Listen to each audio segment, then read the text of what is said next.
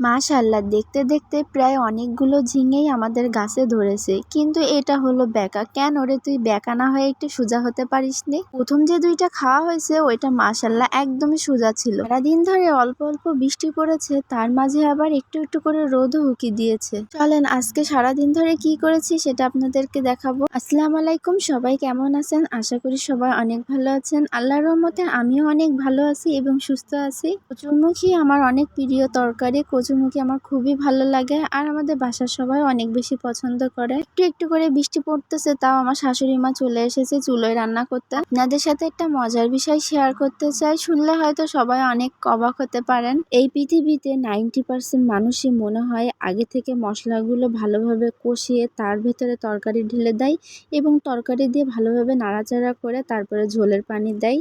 আর বাকি যে 10% মানুষগুলো রইলো তারা মনে হয় আমার মতনই রান্না করে। সত্যি কথা বলতে, আগে থেকে মশলা কষিয়ে তার ভেতরে তরকারি দেওয়ার রান্নাটা আমার কাছে মনে হয় খুব একটা ভালো লাগে না। মশলা তরকারি দিয়ে একটু নাড়াচাড়া করে নিয়ে তারপরে একটু সামান্য পানি, মানে সিদ্ধ হওয়ার পানিটা ঢেলে দিয়ে কষায়ে তারপরে ঝোলের পানিটা দেওয়াই আমার কাছে সব থেকে বেশি মজা লাগে তরকারি। ভিডিও করতে করতে গল্প করতে করতে অনেক আগেই আমার শাশুড়ি মা পেঁপে ভাজি করে রাখছিল আর কালকে গরুর গোশ রান্না করছিলাম, তো সেটাও ছিল, তাই একটু গরম করে রাখা হয়েছে। যাই হোক, আমার মতন যারা রান্না করেন, মানে মশলা না কষিয়ে তরকারি রান্না করলে কেমন হয়, যারা খেয়েছেন তারা অবশ্যই আমাকে একটু কমেন্ট করে জানাবেন আসলেই ভালো লাগে কিনা। মশলা কষিয়ে তরকারি রান্না করলে যে খেতে ভালো লাগে না এমনটা না, আমার কাছে ভালো লাগে না, সেটা আপনাদের সাথে একটু শেয়ার করলাম। মাশাআল্লাহ, দেখেন তরকারি কালারটা কিন্তু অনেক সুন্দর হয়েছে। বকবক করতে করতে আমার শাশুড়ি মা রান্না শেষ করা হয়ে গেছে। তো আজকের মতন ভিডিওটি এ পর্যন্তই।